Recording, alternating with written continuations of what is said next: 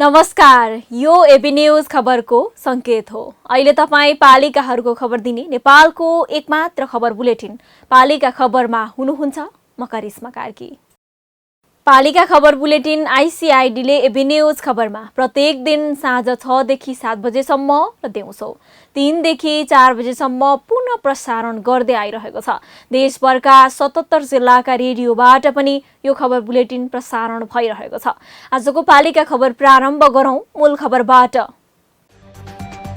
अध्यादेश मार्फत आगामी आर्थिक वर्षका लागि 16 खर्ब 47 अर्बको बजेट सार्वजनिक। सबै स्थानीय तहलाई क्वारेन्टिन आइसोलेसन बनाउन बजेट दिइयो, अनुदान पनि बढाइयो। सरकारले जारी गरेको कोभिड अध्यादेश देशभर लागू। अध्यादेशले स्वास्थ्य सङ्कटकाल लगाउन सक्ने। स्थानीय सरकारले नियन्त्रणमा समन्वय र सहजीकरणकर्ताको भूमिका निर्वाह गर्नुपर्ने। महोत्तरीका स्थानीय तह महामारी रोक्न अहम भूमिका खेल्दै। बर्दिवास नगरपालिकाद्वारा घरमा स्वास्थ्यकर्मी परिचालन, स्थानीय पनि खुसी। निषेधाज्ञामा पनि भरतपुर महानगरमा सभा हल धमाधम बन्दै। कामदारलाई कार्यक्षेत्रमै राखेर हल निर्माण गरिँदै। सिटी हलको हालसम्म 16% काम सम्पन्न। र सामाजिक सञ्जालबाट नमबुद्ध नगरपालिका प्रमुख विरुद्ध पूर्व डीएसपीले गरे अनर्गल प्रचार। कानुनी उपचार खोज्ने पालिकाको तयारी।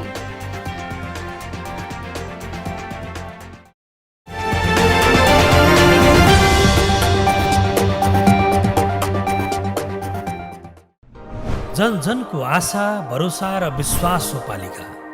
जनताद्वारा जनताले जनताकै लागि शासन गर्ने संयन्त्र हो पालिका। उसो भए जनताले के पाइरहेका छन्?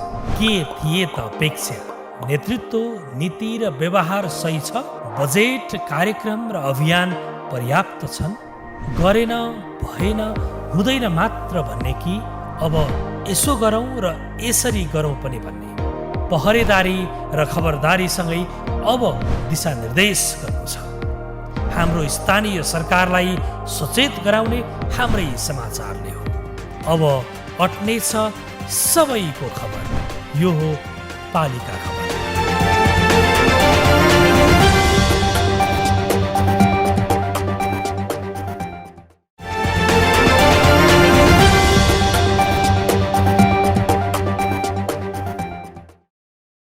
पालिका खबर अब विस्तारमा। चौतर्फी दबाव तथा सुझाव र संविधानको मर्म विपरीत चुनावी सरकारले मतदाता प्रभावित पार्ने गरी अध्यादेशबाट बजेट ल्याएको छ।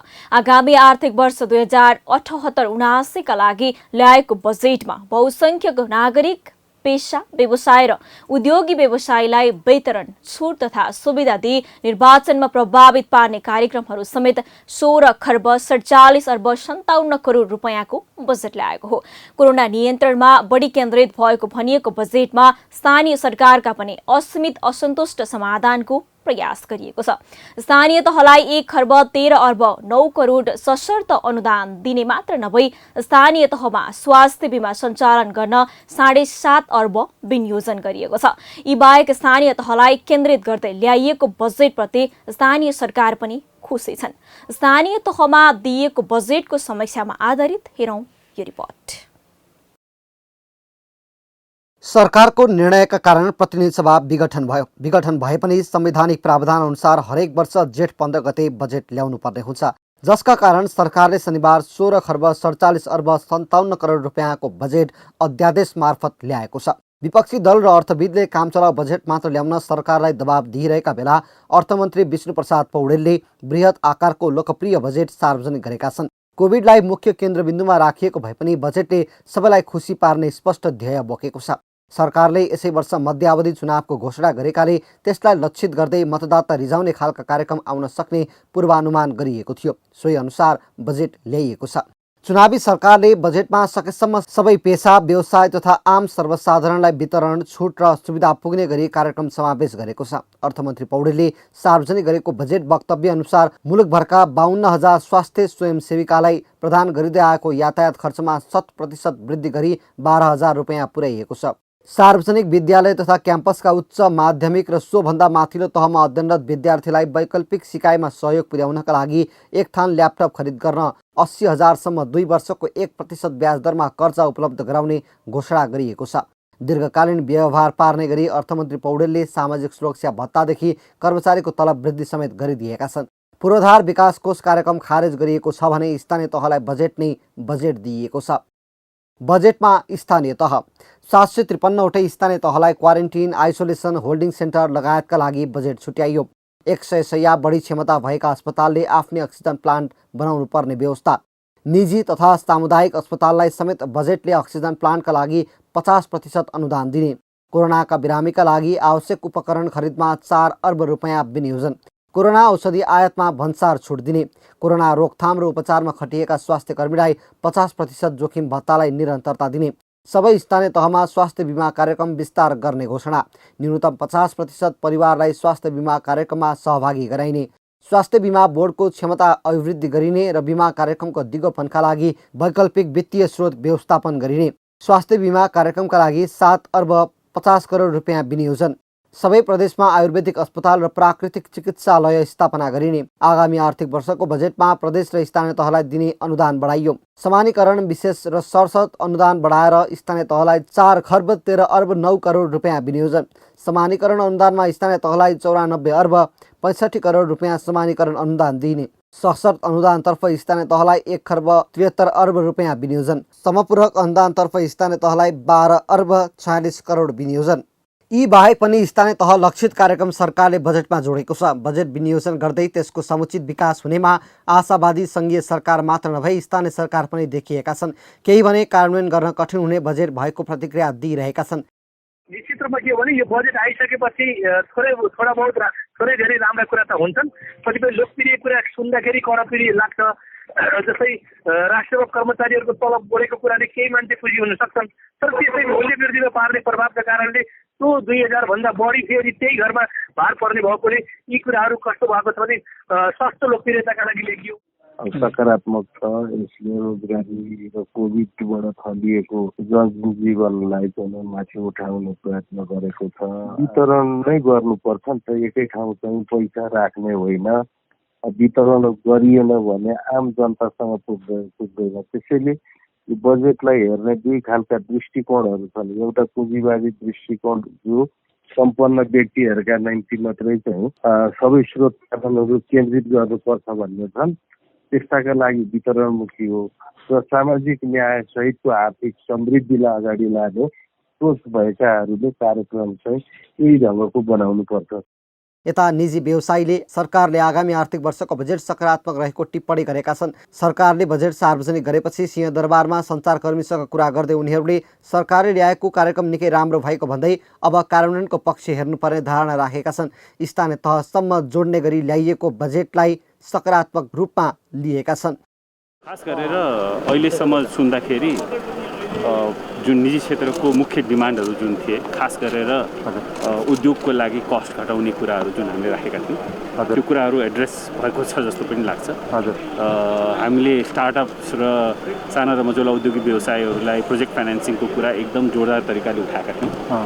त्यो पनि माननीय मन्त्रीज्यूले त्यसलाई पनि भन्नुभएको छ कि प्रोजेक्ट नि फाइनेन्स ढिटो राखेर स्टार्टअपले मा फाइनेन्स उपलब्ध हुनसक्छ भन्ने कुरा यो चाहिँ एकदम सकारात्मक रहेको छ। मलाई यो निजी क्षेत्रको लागि स्पेशली यो हामीहरूको उद्योगको लागि पनि यो एकदमै पोजिटिभ बजेट लागेको छ। हामीहरूको फर्स्ट इम्प्रेसन सिएनआईले जहिले पनि एउटा महत्त्वकांक्षी अभियान लिएर आएको थियो, make in Nepal. Make in Nepal अन्तर्गत हामीहरूले थुप्रै कुराहरू उद्योगको कसरी हामीहरूले आकार विस्तार गर्ने, नेपालमा उद्योगी सामानहरूको एक्सेप्टेन्स कसरी बढाउने, मलाई एकदमै खुसी लागेको छ कि सरकारले आफ्नो कार्यक्रमको घोषणामा मेक इन नेपाल अभियानलाई पनि आफ्नो कार्यक्रममा राखेको छ। मलाई लाग्छ कि यो एउटा नयाँ औद्योगिकरणको वातावरणको लागि एउटा शिलान्यास जस्तो छ। अहिलेसम्म हामीहरूको उद्योगको कन्ट्रिब्युसन इकोनोमीमा घटिराखेको थियो। अब यो मेक इन नेपाल क्याम्पेनले र यो सबै डेभलपमेन्टहरू लिएर आफ्नो कार्यक्रममा राखेको हुनाले मलाई लाग्छ कि यसमा धेरै प्रगतिहरू पनि हुन्छ। बजेटले आर्थिक पुनरुत्थानलाई दोस्रो प्राथमिकतामा राखेर उद्योगी व्यवसायीलाई राहत दिने प्रयास गरेको छ। उनीहरूले उठाएका धेरै माग सम्बोधन भएका छन्। व्यवसायीलाई पुनः कर्जाका लागि 13 अर्ब रुपियाँको बजेट विनियोजन भएको छ। बजेटले राहत, पुनरुत्थान, सहजीकरण र प्रोत्साहन गर्दै सरकारले निजी क्षेत्रको अभिभावकत्व लिन खोजेको देखिन्छ। कोरोनाको सङ्कटका बीच आएको लोकप्रिय बजेटलाई अर्थशास्त्रीय आँखाबाट हेर्दा भने प्रश्न उठाउने धेरै ठाउँ छन्। कोरोना भाइरसको महामारी नियन्त्रणका लागि सरकारले कानून बनाएको छ। संसद बन्द भएकाले राष्ट्रपतिबाट अध्यादेश मार्फत महामारी नियन्त्रणको कानून आएको छ। कोभिड-19 सङ्कट व्यवस्थापन अध्यादेश नाम दिएको उक्त कानूनले हाल देशभर फैलिएको महामारी नियन्त्रण गर्ने अपेक्षा गरिएको छ। अहिले स्थानीय सरकारको पहलमा महामारी नियन्त्रणमा छ। संक्रमण फैलनबाट जोगाउन स्थानीय सरकारको भूमिका जति कुनै पनि संयन्त्रले प्रयोग गरेका छैनन्। सामर्थ्यले भ्याएसम्म महामारी रोक्न गरिएको प्रयत्नले रङ पनि ल्याउँदैछ। सुखद सञ्चार भएका छन्। त्यसो भए हाल ल्याइएको अध्यादेशमा महामारी नियन्त्रणमा के छ व्यवस्था? स्थानीय सरकारलाई के विषयको जिम्मा दिएको छ त? हेरौँ यो रिपोर्ट। विश्वभर महामारीको रूपमा फैलिएको कोभिड-19 को संक्रमण नेपालमा पनि तीव्र रूपमा बढ्दै गएपछि त्यसको रोकथाम, नियन्त्रण र निदान सम्बन्धी कार्यलाई एकीकृत तथा व्यवस्थित सञ्चालन गर्न कानूनको आवश्यकता महसुस भएपछि सरकारको सिफारिसमा राष्ट्रपतिले अध्यादेश जारी गरे। हाल संसद विघटन भएकाले सरकारको सिफारिसमा राष्ट्रपतिबाट अध्यादेशको रूपमा यो कानून ल्याइएको हो। 2078 जेठ 6 गते राष्ट्रपतिबाट प्रमाणीकरण भएको यस अध्यादेशको नाम कोभिड-19 सङ्कट व्यवस्थापन अध्यादेश 2078 हो। अध्यादेशमा सरकारले स्वास्थ्य आपतकाल घोषणा गर्न सक्ने व्यवस्था छ। कोभिड-19 संक्रमणको कारण जनस्वास्थ्यमा गम्भीर प्रभाव परेमा वा पर्न सक्ने देखिएमा त्यसको रोकथाम, नियन्त्रण, निदान र उपचारका लागि सरकारले नेपाल राजपत्रमा सूचना प्रकाशन गरी नेपालभर वा नेपालको कुनै स्थानमा लागू हुने गरी स्वास्थ्य आपतकाल घोषणा गर्न सक्छ। महामारी नियन्त्रणका लागि तत्काल आवश्यक पर्ने औषधि उपकरण र स्वास्थ्य सामग्री आधिकारिक विक्रेता, वितरक वा अन्तर्राष्ट्रिय संस्थाबाट सिधै खरिद गर्न सकिने व्यवस्था अध्यादेशले गरेको छ। आपतकाल घोषणा गरिएमा मानिस वा सवारी साधनको भिडभाड हुने सबै प्रकारका गतिविधि बन्द गर्न वा निश्चित मापदण्ड अपनाएर मात्र सञ्चालन गर्न पाइनेछ। आपतकाल घोषणा भए के गर्न पाइन्छ, के पाइँदैन? स्वास्थ्य आपतकालबाट अन्तर्राष्ट्रिय सभा, सम्मेलन, सिमानाका सरकारी, निजी, सार्वजनिक, गैर सरकारी, सरकारी कार्यालय प्रभावित हुनेछन्। शिक्षण संस्था वा अन्य संस्था, cinema hall, party palace, dance bar, restaurant, दोहोरी, नाचघर, club, health club, gymkhana, swimming pool बन्द हुनेछन्। फुटसल, खेलकुद सञ्चालन, हाट बजार, सपिङ मल, डिपार्टमेन्ट स्टोर, पसल, धार्मिक अनुष्ठान, धार्मिक स्थल, सांस्कृतिक क्रियाकलाप र जन्म तथा मृत्यु संस्कार समेत प्रभावित हुनेछन्। के पाइन्छ? सरकारले स्वास्थ्य संस्थालाई संक्रमितको निदान र उपचार गर्न लगाउने, आवश्यकता अनुसार स्वास्थ्य संस्था नियन्त्रणमा लिई सञ्चालन गर्ने वा गराउन सक्छ। जुनसुकै स्वास्थ्य संस्थामा कार्यरत चिकित्सक वा स्वास्थ्यकर्मीलाई कोभिड-19 को निदान र उपचारको काममा खटाउन सक्छ। नेपाल सरकार, प्रदेश सरकार, स्थानीय तह वा प्रचलित कानून बमोजिम स्थापित शिक्षण संस्था, प्रतिष्ठान, बोर्ड, संस्थान, सरकारी स्वामित्वका कम्पनी वा अन्य सार्वजनिक संस्था वा निकायमा कार्यरत जनशक्ति खटाउन सक्छ। सवारी साधन, भवन संरचना वा अन्य भौतिक साधन कोभिड-19 को रोकथाम, नियन्त्रण, निदान र उपचारमा लगाउने, आवश्यकता अनुसार सरकारी, सार्वजनिक, निजी, सहकारी, सामुदायिक वा गैर सरकारी स्वामित्वमा रहेको जग्गा, भवन, संरचना र सवारी साधनको अभिलेख राखी प्रयोग गर्न सक्ने। सरकारी, सार्वजनिक, निजी, सहकारी, सामुदायिक वा गैर सरकारी संस्थाबाट उत्पादन, वितरण वा बिक्री गर्ने औषधि, स्वास्थ्य सामग्री तथा उपकरण नियन्त्रणमा लिई प्रयोग र वितरणको व्यवस्था गर्ने वा गराउने गर्न सक्छ। स्थानीय तह र प्रमुख जिल्ला अधिकारीको भूमिका। सरकारले कोभिड-19 रोकथाम, नियन्त्रण, निदान र उपचारका लागि सम्बन्धित जिल्लाका प्रमुख जिल्ला अधिकारीलाई प्रतिकारी अधिकारी मुकरर गर्न सक्छ। अधिकारीले पैदल वा जुनसुकै सवारी साधनका यात्रुको स्वास्थ्य जाँच गर्न लगाउने, संक्रमित भएको शंका लागेमा अस्पताल वा अन्य स्थानमा अलग राख्न लगाउन सक्छ। आवश्यकता अनुसार जुनसुकै संघ संस्था, शिक्षण संस्था, उद्योग, सार्वजनिक स्थल, सभा हल, पार्टी प्यालेस, होटल, सामुदायिक भवन, यातायातका साधन उपयोग र परिचालन गर्न सक्छ। स्थानीय सरकारले केन्द्र सरकारले दिएको अधिकार प्रयोग गरेर महामारी नियन्त्रणमा सहयोग जुटाउन सक्ने, स्थानीय स्तरमा सहजीकरणको भूमिका निर्वाह गर्ने। यी बाहेक कोरोना महामारी नियन्त्रण, निदान, उपचार लगायतका काममा बाधा पुग्ने काम कसैले गरेमा सरकारले 1 वर्षसम्म कैद वा 5 लाख रुपैयाँसम्म जरिवाना वा दुवै सजाय हुने व्यवस्था अध्यादेश मार्फत गरेको छ।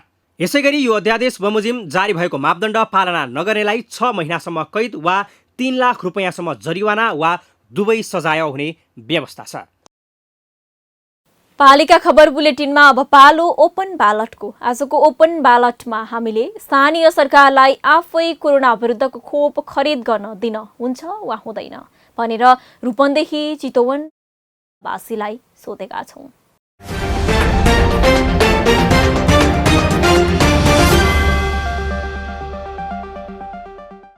पारदर्शिताको कुरामा जसरी योभन्दा अगाडि 1 वर्ष अगाडिको चाहिँ लकडाउनमा ओम्नी समूहको कुराहरू आए थिए, त्यस्ता खालका कुराहरू चाहिँ नआइकन पारदर्शिताका साथ अगाडि बढाउन प्रत्येक गाउँपालिका नगरपालिका सक्षम छ र जनताले अहिले वाच गरेको अवस्था, ती अवस्थालाई मध्यनजर गरेर पारदर्शिताका साथ स्थानीय सरकारलाई नै यो खोप खरिद गर्न दिनको लागि म आह्वान गर्न चाहन्छु।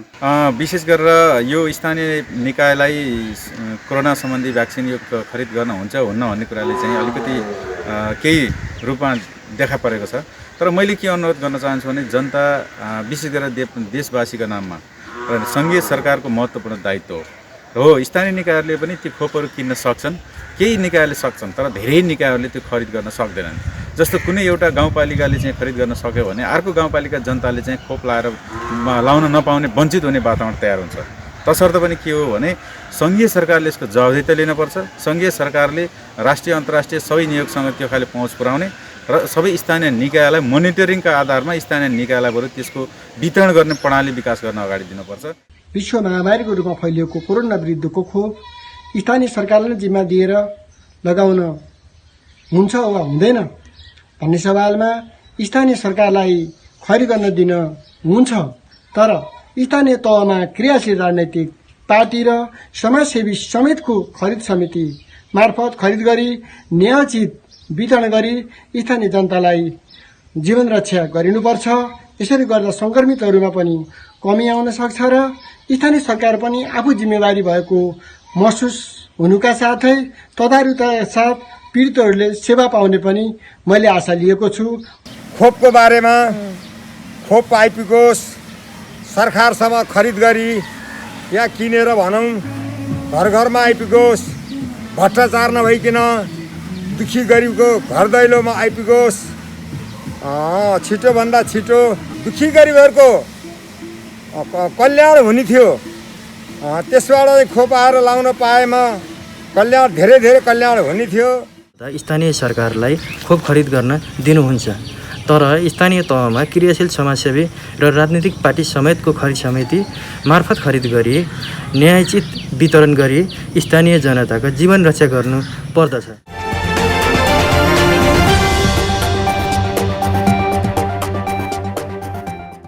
पालिका खबरको सिलसिला अझै जारी छ, त्यसअघि विश्राम अघि मूल खबर।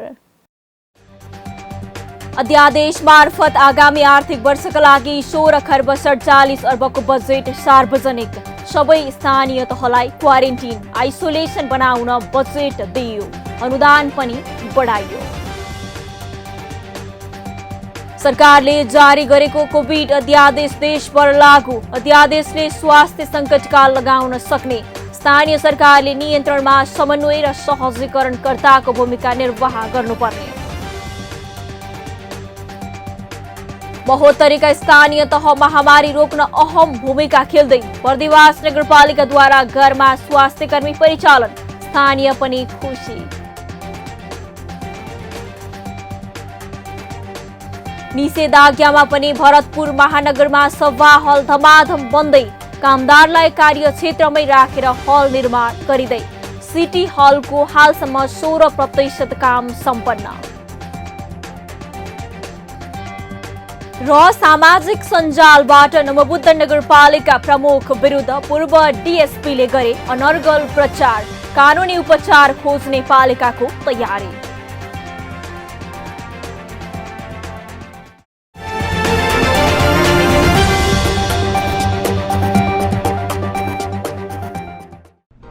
जन जनको आशा भरोसा र विश्वास हो पालिका। जनताद्वारा जनताले जनताकै लागि शासन गर्ने संयन्त्र हो पालिका। उसो भए जनताले के पाइरहेका छन्? के थिए त अपेक्षा? नेतृत्व, नीति र व्यवहार सही छ? बजेट, कार्यक्रम र अभियान पर्याप्त छन्?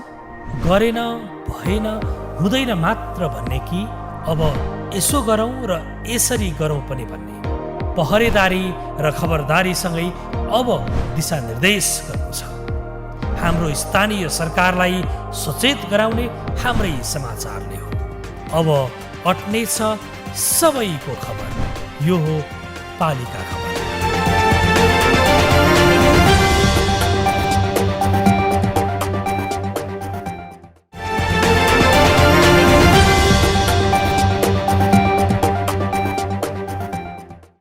कोरोना महामारीकै कारण मुलुक आक्रान्त बनिरहेको बेला देशैभरिका स्थानीय सरकारले आफ्नै तदारुकता देखाएका छन्।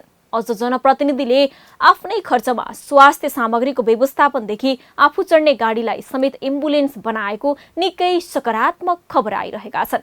कोरोना संक्रमणसँग जुधिरहेका र संक्रमणकै कारण ज्यान गुमाएका परिवारजनप्रति टोल टोलमा नै पुगेर जनप्रतिनिधिले देखाएको नैतिक भौतिक सद्भाव र संवेदना अनुकरणीय बन्दै गएको छ। महोत्तरी जिल्लाको बर्दिवास नगरपालिकामा भने जनप्रतिनिधिहरूले देखाएको तदारुकताको सर्वत्र चर्चा हुन थालेको छ। महोत्तरीबाट पालिका खबरदाता विशाल बस्नेतको एक रिपोर्ट।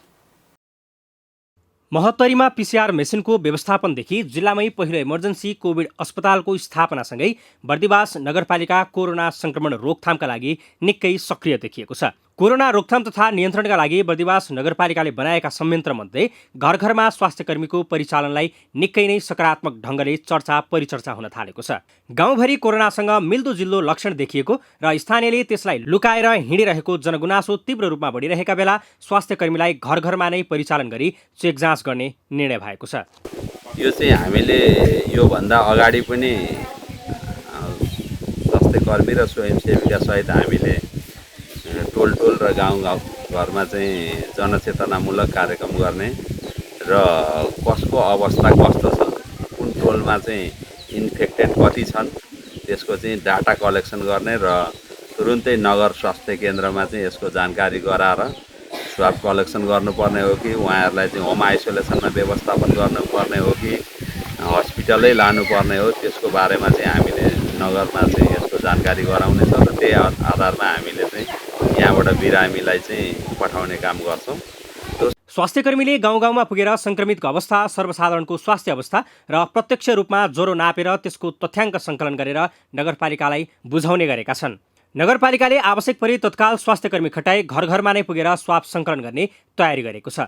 स्वास्थ्यकर्मीहरू टोल टोलमा पुगेर संक्रमितलाई आवश्यक औषधि प्रदान गर्नेदेखि ज्वरो आएका बिरामीको तथ्याङ्क सङ्कलन तथा जनचेतनामा समेत अभिवृद्धि गर्ने स्वास्थ्यकर्मीको भनाइ छ।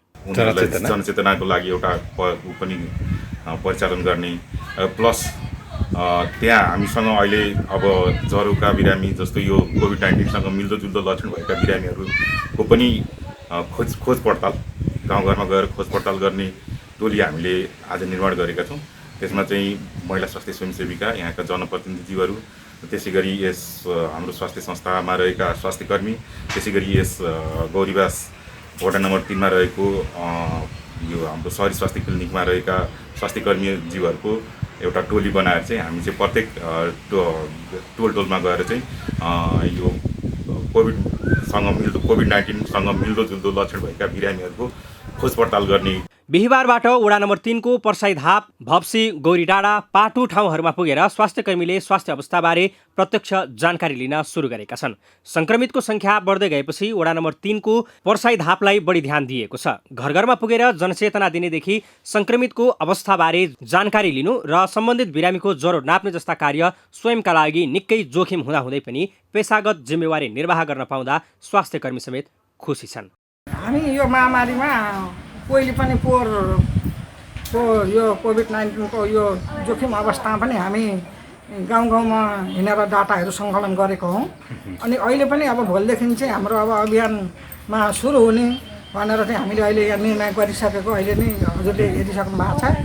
र हामीले चाहिँ अहिले यो गाउँ गाउँमा टोल टोलमा जाँदाखेरि चाहिँ अब यो 11 गतेदेखि चाहिँ अभियान सुरु हुने भनेर अहिले निर्णय गरेका छौँ। यता कोरोना रोकथाम तथा नियन्त्रणका लागि नागरिकहरूले पनि सक्रिय भूमिका निर्वाह गरेका छन्। कोरोना रोकथाम तथा समस्यामा परेकाको सहयोग गर्न नागरिकले नै कोभिड व्यवस्थापन समितिदेखि फुड ब्याङ्कको स्थापना गरेर समस्यामा परेका व्यक्तिलाई सहयोग गर्दै आएका छन्। यो जेठ 1 गतेबाट चाहिँ फुड ब्याङ्क सञ्चालन ल्याएको कोभिड-19 को कारणले चाहिँ अलपत्र परेका यात्री, खान नपाउने, मानसिक अवस्था ठिक नभएका र बाटो हिँड्ने जस्तो होटलहरू बन्द भएको, पैसा हुँदा पनि खान नपाउने यस्ता व्यक्तिहरूलाई चाहिँ अहिले हामीले लक्षित गरेर र हामीले चाहिँ ड्युटीमा खटिएको सुरक्षाकर्मी, ट्राफिक, सशस्त्र प्रहरी, त्यसै गरी अस्पतालको कर्मचारी, बिरामी र बिरामीका कुरुवाहरू होटल क्यान्टिन बन्द भएर खान नपाउने स्थिति देखिसकेपछि हामीले चाहिँ यो महामारीबाट चाहिँ रोगले पनि मरिरहेछन् र भोकले पनि नमरुन् भन्ने हिसाबले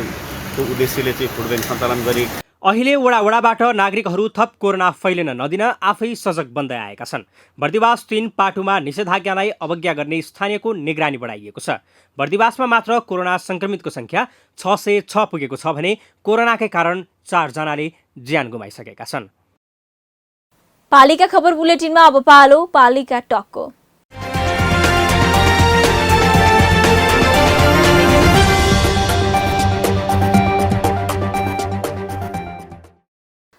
आजको पालिका टकमा हामीसँग हुनुहुन्छ रौतहटको चन्द्रपुर नगरपालिकाका मेयर रामचन्द्र चौधरी।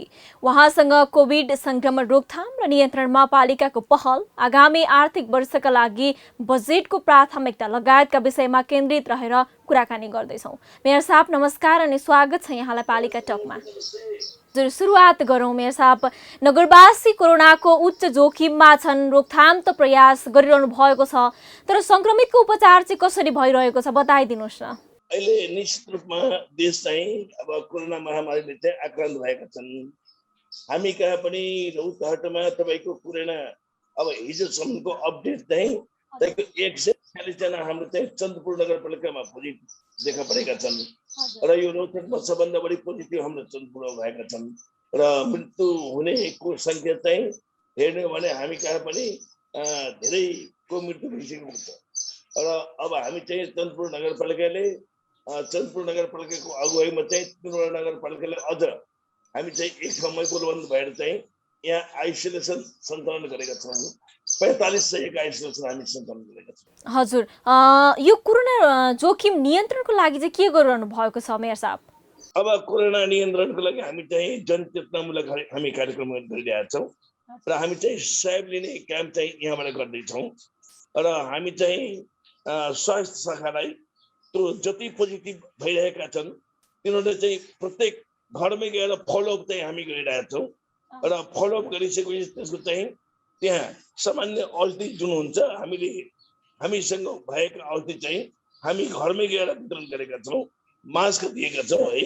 अब यी र हाम्रो चाहिँ आइसोलेसनमा हामीले यहाँ चाहिँ अरू ठाउँमा अक्सिजन ग्यासको अभाव भए पनि हाम्रो आइसोलेसनमा अहिलेसम्म अक्सिजनको अभाव हुन सक्न दिएका छैनौँ र हामीले चाहिँ एउटा व्यक्तिगत फर्म, एउटा संस्था तपाईँको एनजिओ जस्तो संस्था छ यहाँ, उसले हामीले चाहिँ ग्यासको रिफिल गरेर हामीले दिइरहेछन्। उसलाई हामीले चाहिँ धेरै धेरै धन्यवाद दिएका छौँ। अहिलेसम्म हामीलाई 41 सिलिन्डर चाहिँ ग्यास रिफिल गरेर दिएका छन्। हजुर मेयर साहब, यो कोभिडबाट पीडित विपन्नका लागि राहत उपलब्ध गराउने भन्नुभएको थियो। यो विषम परिस्थितिमा नगरवासीले यस्तो सुविधा कतिले कसरी पाएका छन्? अहिलेसम्म हामीले राहतको प्याकेज बाँडेका छैनौँ है र अहिलेसम्म त्यस्तो चाहिँ हामी कहाँ यो चन्द्रपुर नगरपालिकामा त्यति साह्रो चाहिँ अझ तपाईँको अब राहत केही व्यक्तिले त होला, तर पनि खास चाहिँ त्यति हामीलाई विगतको वर्षमा चाहिँ जति प्रेसर परेको थियो राहतको लागि यसपालि चाहिँ म नगर प्रमुखको हैसियतले मलाई त्यस्तो चाहिँ भएको छैन। तर चाहिँ आज मात्रै यो 3-4 दिनको अविरल वर्षाले चाहिँ 1-2 जनाको घर चाहिँ फुसको घर, कच्ची घर चाहिँ भाँसिएका छन्। मैले भने एउटा चाहिँ वडाबाट सिमाना छिरेर आऊ, हामी चाहिँ विपदको चाहिँ प्याकेज हामीले दिन्छौँ।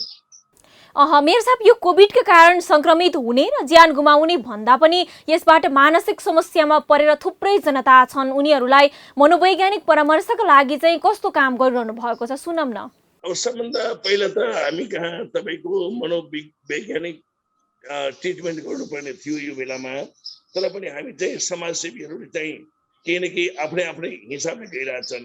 हामीले चाहिँ हामीसँग दक्ष जनशक्ति नभएको कारणले अहिले पनि कुनै न अस्पतालमा हामी कहाँ चाहिँ 1500 सरकारी अस्पताल छन् चन्द्रपुर नगरपालिकामा, र त्यसको अध्यक्ष पनि म छु। र अहिलेसम्म धेरै परिपत्रहरू हामी चाहिँ पत्रचार गरेका छौँ, सङ्घीय सरकारले गरेका छौँ, प्रदेश सरकारले गरेका छौँ, तर एकजना पनि थाई डाक्टर पठाइसकेका छैनन्। अहिले चाहिँ हामी कहाँ 3 जना तपाईँको स्कलरसिपका डाक्टरहरू छन्। त्यसैबाट हामीले जसले पनि काम चलाइरहेको छ। हजुर मेयर साहब, यो आगामी वर्षका लागि बजेट ल्याउने बेला हुन लागेको छ। कोभिड संक्रमणको यो अवस्थामा बजेटका प्राथमिकता चाहिँ कसरी निर्धारण गर्दै हुनुहुन्छ? अब हामीले चाहिँ अब अर्को आर्थिक वर्ष आउन थालिसक्यो। हामीले असार 10 गते हामी निश्चित रूपमा नगरसभा हामी सञ्चालन गर्छौँ। र खास गरेर महामारीको लागि चाहिँ हामीसँग अहिले पनि विगत वर्षमै हामीले चाहिँ विपदमा अलिकति रकम छुट्याएको थियौँ, त्यसकारण हामीलाई त्यति अप्ठ्यारो भएको छैन। हजुर, हामी अन्तिममा छौँ र छोटो समय पनि छ हामीसँग। यहाँले छोटकरीमा एन्सर दिनुहोला। यो कार्यभार सम्हालेको 4 वर्ष भएछ, यसबीचमा राम्रो गरे भन्ने लागेको र योजना बनाएर पनि गर्न नसकेका काम चाहिँ के छन् बताइदिनुहोस् न मेयर साहब। अब वास्तवमा हाम्रो चाहिँ 4 वर्षको कार्यकाल समाप्त भएको छ र अब 1 वर्ष मात्र हाम्रो बाँकी छ।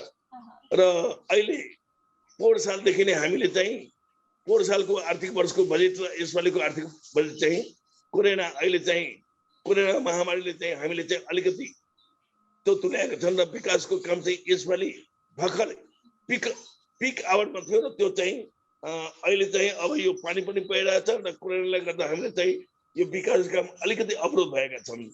हजुर, हस्त मेयर साहब, यो महत्त्वपूर्ण समयको लागि यहाँलाई धेरै धेरै धन्यवाद। तपाईलाई पनि धन्यवाद।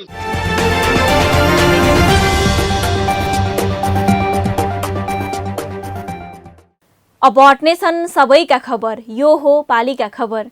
पालिका खबरको सिलसिला अझै जारी छ, त्यसअघि विश्राम अघि मूल खबर। अध्यादेश मार्फत आगामी आर्थिक वर्षका लागि 16 खर्ब 47 अर्बको बजेट सार्वजनिक। सबै स्थानीय तहलाई क्वारेन्टिन आइसोलेसन बनाउन बजेट दिइयो, अनुदान पनि बढाइयो। सरकारले जारी गरेको कोभिड अध्यादेश देशभर लागू। अध्यादेशले स्वास्थ्य सङ्कटकाल लगाउन सक्ने। स्थानीय सरकारले नियन्त्रणमा समन्वय र सहजीकरणकर्ताको भूमिका निर्वाह गर्नुपर्ने। 72 स्थानीय तह महामारी रोक्न अहम भूमिका खेल्दै। बर्दिवास नगरपालिकाद्वारा घरमा स्वास्थ्य कर्मी परिचालन, स्थानीय पनि खुसी। निषेधाज्ञामा पनि भरतपुर महानगरमा सभा हल धमाधम बन्दै। कामदारलाई कार्यक्षेत्रमै राखेर हल निर्माण गरिँदै। सिटी हलको हालसम्म 16% काम सम्पन्न। र सामाजिक सञ्जालबाट नवबुद्ध नगरपालिका प्रमुख विरुद्ध पूर्व डीएसपीले गरे अनर्गल प्रचार। कानुनी उपचार खोज्ने पालिकाको तयारी।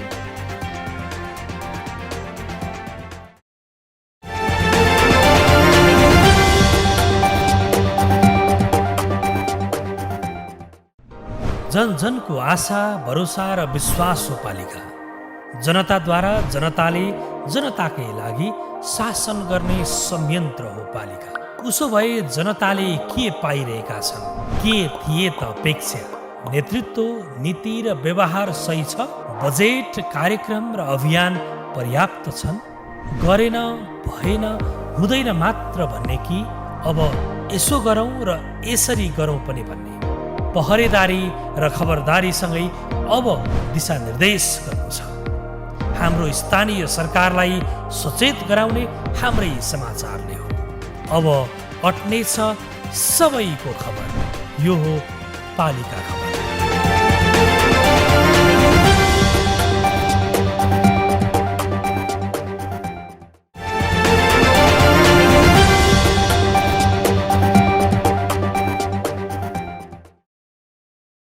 देशभर कोरोना भाइरसको संक्रमण बढेसँगै निषेधाज्ञा जारी भएको छ। मानिस घरबाट बाहिर निस्कन पाएका छैनन्, विकास निर्माण अघि बढ्न सकेका छैनन्, कतिपय आयोजना रोकिएका छन्, कामदारमा संक्रमण देखिएपछि कति काम स्थिर छन्। संक्रमणको डर कायमै रहँदा सरकारले पनि निर्माण क्षेत्रमा जारी काम हाललाई रोक्न भनिरहेको छ। तर निषेधाज्ञाका बीच पनि चितवनमा भने सिटी हलको निर्माण धमाधम भइरहेको छ। सर्वसाधारण घरभित्रै सीमित हुँदै गर्दा सिटी हलमा कामदार धमाधम काममा जुटेका हुन्। पालिका खबरका लागि चितवनबाट एक रिपोर्ट। यो चितवनको निर्माणाधीन सिटी हल हो। निषेधाज्ञा जारी भएको समयमा सिटी हल निर्माणको काम चलिरहेको छ।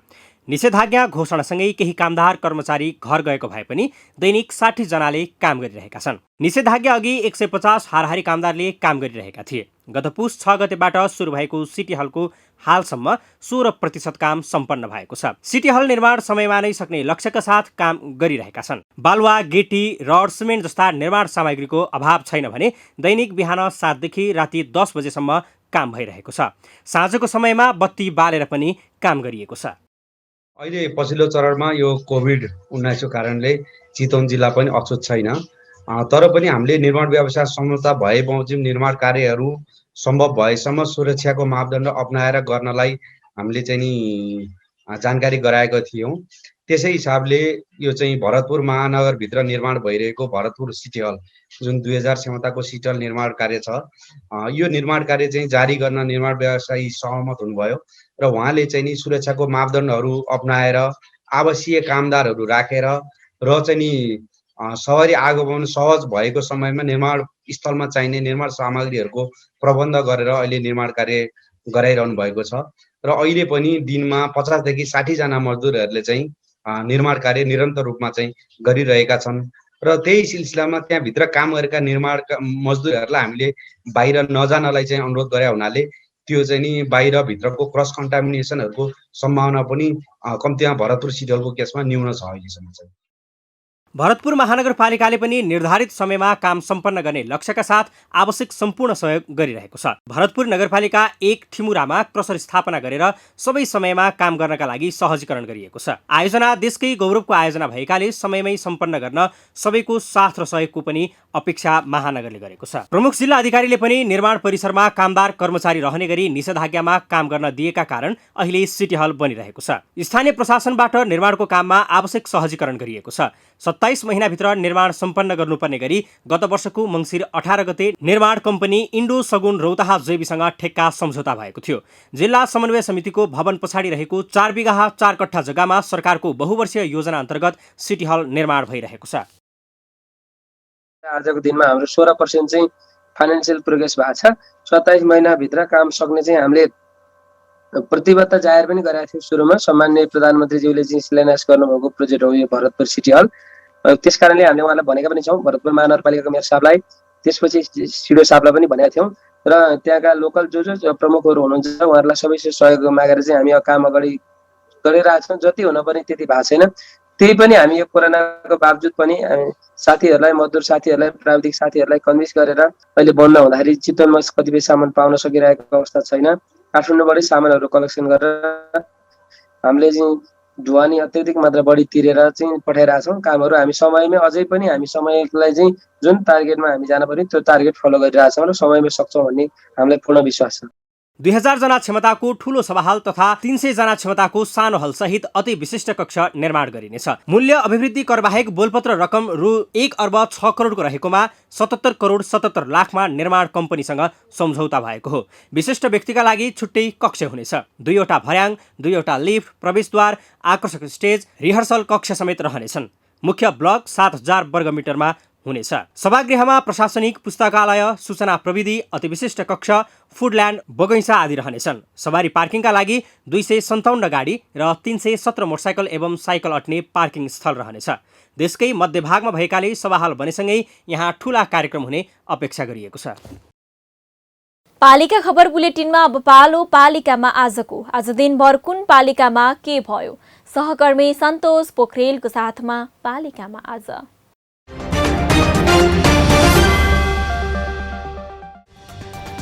उदयपुरको कटारी नगरपालिकाका जनप्रतिनिधि होम आइसोलेसनमा रहेका कोरोना संक्रमित भेट्न टोलटोलमा पुग्न थाले। संक्रमितलाई औषधि पनि वितरण। कोरोना संक्रमणको दर बढ्दै गएपछि भोजपुर नगरपालिकाले टोलटोलमा पुगेर परीक्षण गर्न थाल्यो। संक्रमितलाई अस्पतालसम्म पुग्न गाडीको पनि व्यवस्था। कोरोना रोकथाम र नियन्त्रणका लागि छिमेक लघुवित्त वित्तीय संस्थाद्वारा नवलपरासीको सुनोल नगरपालिकालाई 17,000 रुपैयाँ प्रदान। नगरपालिकालाई रकम सहयोग गर्नेहरू बढ्दै। खोप किन्न स्थानीय तह स्वास्थ्य मन्त्रालयसँग धमाधम अनुमति माग्दै। स्थानीय तहहरूले आन्तरिक स्रोत तथा विकास बजेट कटौती गरेर भए पनि खोप खरिदमा लगानी गर्ने। कोरोना संक्रमणको जोखिम बढेपछि ताप्लेजुङको श्रीजङ्गा गाउँपालिकामा अत्यावश्यक बाहेकका सेवा बन्द। 22 जेठसम्म पालिकाको कार्यालय बन्द गर्ने निर्णय। स्याङ्जाको भेरकोट नगरपालिकाको कोभिड-19 व्यवस्थापन समितिको भर्चुअल बैठक सम्पन्न। बैठकले गर्यो विभिन्न महत्त्वपूर्ण निर्णय। सुर्खेतको भेरीगङ्गा नगरपालिकाद्वारा अत्यावश्यक बाहेकका सेवा बन्द। स्थानीयलाई स्वास्थ्य सतर्कता अपनाउन पालिकाको आग्रह। स्याङ्जाका स्थानीय तहका जनप्रतिनिधि र स्वास्थ्यकर्मी होम आइसोलेसनमा रहेका कोरोना संक्रमित भेट्न टोलटोलमा पुग्न थाले। संक्रमितलाई औषधि पनि वितरण। टोलटोलमा पुगेर कोरोना परीक्षण गर्दै काठमाडौँ महानगरपालिकाबाट 9वटा अस्पतालहरूलाई 45 थान भेन्टिलेटर सहयोग। संक्रमण परीक्षणदेखि शव व्यवस्थापनसम्मै खटिँदै ताप्लेजुङको फुङलिङ नगरपालिकाका जनप्रतिनिधि। कोरोना नियन्त्रणमा पनि जनप्रतिनिधि सक्रिय।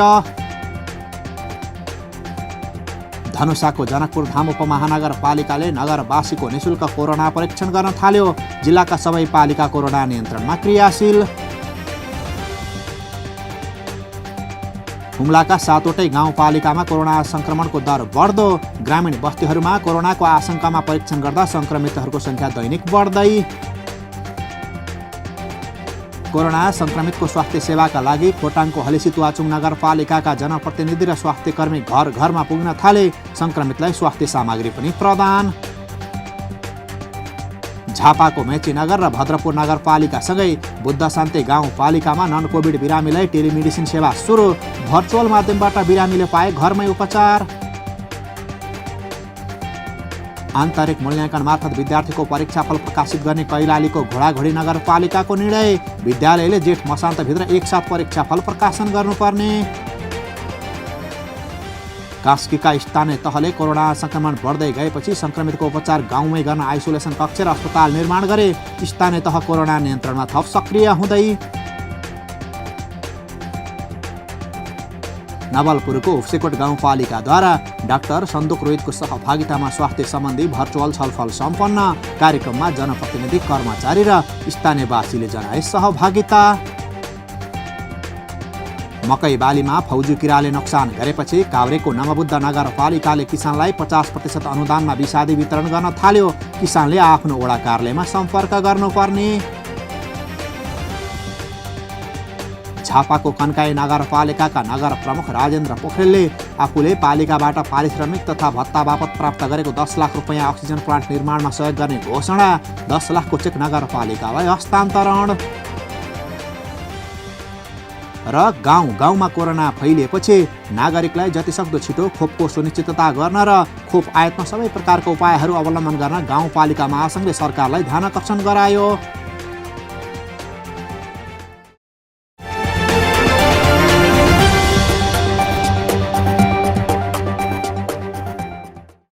कोरोना भाइरसको महामारीसँग मुलुकको जुधिरहेको छ। संक्रमणको दर केही घटेको देखिए पनि सक्रिय संक्रमित भने घटेका छैनन्। संक्रमण न्यूनीकरण गर्न स्थानीय सरकार आफ्नो तर्फबाट रात दिन नभनी खटिरहेका छन्। तर स्थानीय सरकारले केही पनि गरेन भन्दै गलत प्रचार सामाजिक सञ्जालबाट समेत गर्ने काम हुँदै आएको छ। केही स्थानीय तहले त यसरी हुने प्रचारले कुनै फरक नपर्ने बताउँदै आएका छन्। तर कहिलेकाहीँ भने सामाजिक सञ्जालमा गलत अफवाह फैलाएर चरित्रमाथि नै प्रश्न उठाउन थालिन्छ भने स्थानीय सरकार मौन बस्ने कुरै आएन। यस्तै अनर्गल प्रचार गरेको भन्दै काभ्रेको नमबुद्ध नगरपालिका अब उजुरी दिने तर्खरमा जुटेको छ।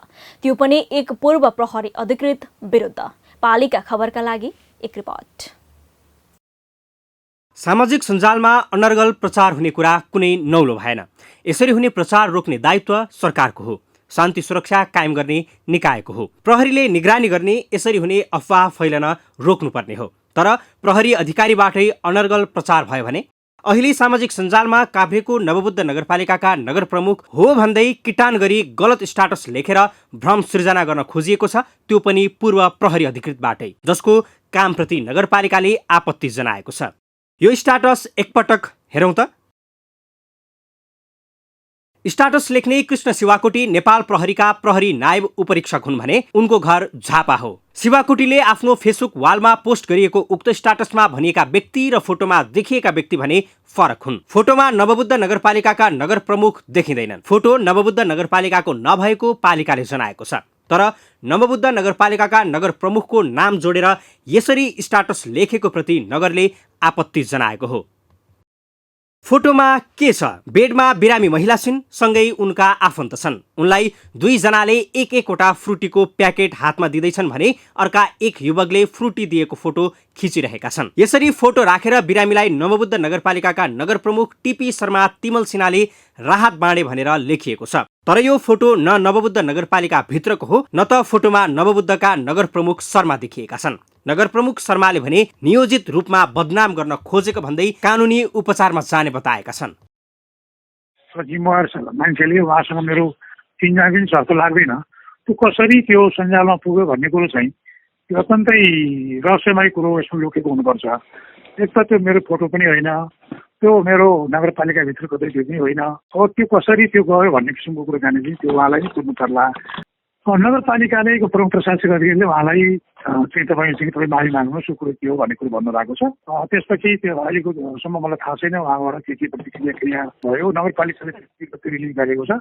नगरपालिकाका नागरिकहरू सबै मतलब अत्यन्त चिन्तित छन्। हाम्रो नगरपालिकालाई बदनाम गर्ने जुन दुष्प्रयास भएको छ, यो कतैबाट त्यो सुनिश्चित छ भने त्यो पनि पर्दाफास हुनुपर्छ। यदि होइन कतैबाट गल्ती भएको छ भने त्यो चाहिँ के अरे कहाँबाट भयो गयो र कसरी गर्यो भन्ने किसिमको कुरो सामूहिक सञ्जालमा राख्ने मान्छे गर्नुपर्छ भन्ने किसिमको नगरपालिकाले त्यो बाहिर ल्याइसकेको कुरो छ। त्यसैले अहिले म आफू पनि पोजिटिभ भएर अहिले चाहिँ के अरे आइसोलेसनमा रहेको हुनाले धेरै कुराहरू मैले बाहिरी कुराहरू बुझ्न पाएको छैन। तर यही तपाईँहरूको मिडिया मार्फत आज पालिका खबरले बिहानै एउटा न्युज सम्प्रेषण गरेको मैले पाएँ। त्यसै गरी केही अनलाइनहरूले पनि त्यसलाई महत्त्वसाथ राख्नु भएको छ। त्यसैले म त्यो देखिएको जुन फोटोभित्र नगरपालिकाको त्यो होइन भन्ने कुरो स्पष्ट गर्न चाहन्छु र यसरी यस्तो किसिमको सञ्जालको दुरुपयोग नगर्न, यसलाई चाहिँ के अरे सही सदुपयोग गर्न म आम नगरवासीलाई, आम देशवासीलाई, आम यो सञ्जालमा सहभागी हुने मित्रहरूलाई भन्न चाहन्छु। प्रहरी नायब उपरीक्षक समेत रहेका कृष्ण शिवाकोटीले यतिसम्म सोच्न सकेनन् कि कोरोनाको यस्तो जटिल परिस्थितिमा राहत बाँडिएको हो भने त्यहाँ पक्कै मास्क लगाइएको हुनुपर्छ। तर फोटोमा कतै मास्क लगाएकाको उपस्थिति देखिँदैन। पूर्व भइसकेका शिवाकोटीबाट भएको यस्तो अक्षम्य अपराधप्रति नगरवासी पनि आक्रोशित बनेका छन्।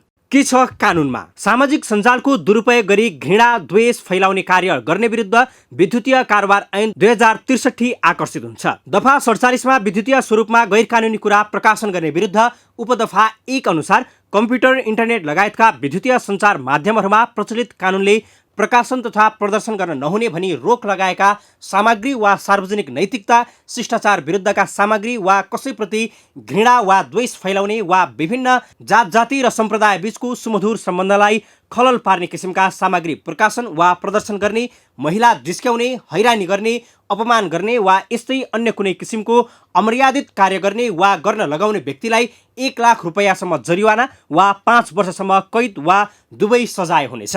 सोही दफाको उपदफा 2ले यस्ता कसुर पटक पटक गरेमा त्यस्तो कसुर बापत अघिल्लो पटक भएको सजायको 1.5 सजाय तोकेको छ। फेसबुकमा नेपाल प्रहरीको प्रहरी नायब उपरीक्षक लेखिएको र वर्दी समेत लगाएको तस्बिर राखिएको छ। प्रहरी आचार संहिताले वर्दी सहित सामाजिक सञ्जालमा राख्न र सार्वजनिक विषयमा टीका टिप्पणी गर्न निषेध गरेको छ। तर प्रहरी आचार संहिताको समेत बरखिलाफ हुने गरी प्रहरी नायब उपरीक्षक शिवाकोटीले सामाजिक सञ्जालमा निरन्तर यस्ता हरकत गर्दै आएको उनका स्टाटसले देखाएका छन्। फोटो सार्वजनिक भएपछि नवबुद्ध नगरपालिकाका नागरिक आक्रोशित बनेका छन्।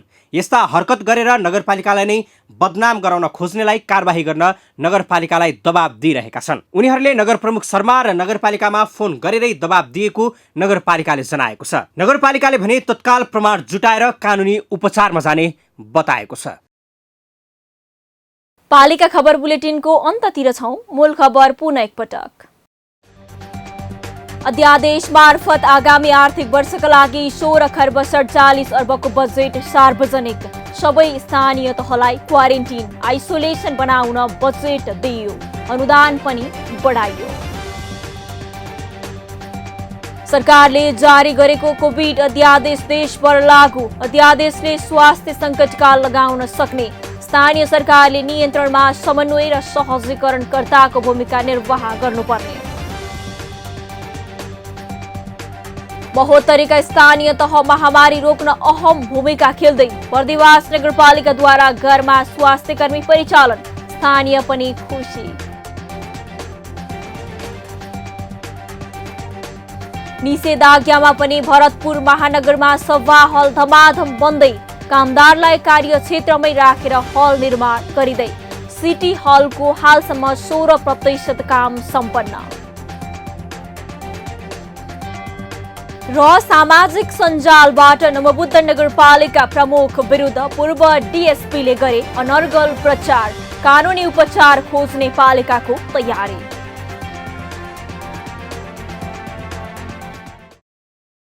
हस् त आजको पालिका खबर बुलेटिन यति नै। पालिका बुलेटिन फेसबुक, युट्युब, इन्स्टाग्राम र हाम्रो अनलाइन संस्करण www.palikakhbar.com बाट हेर्न, पढ्न र सुन्न सक्नुहुनेछ। साथै यो बुलेटिन देशका 77 जिल्लाका रेडियोबाट पनि हरेक दिन सुन्न सक्नुहुनेछ। पालिकाहरूको गतिविधि समेटिने नेपालको एकमात्र खबर बुलेटिन पालिका खबर लिएर भोलि पुनः आउने नै छौं। एबी न्यूज खबर हेर्दै रहनुहोला। नमस्ते।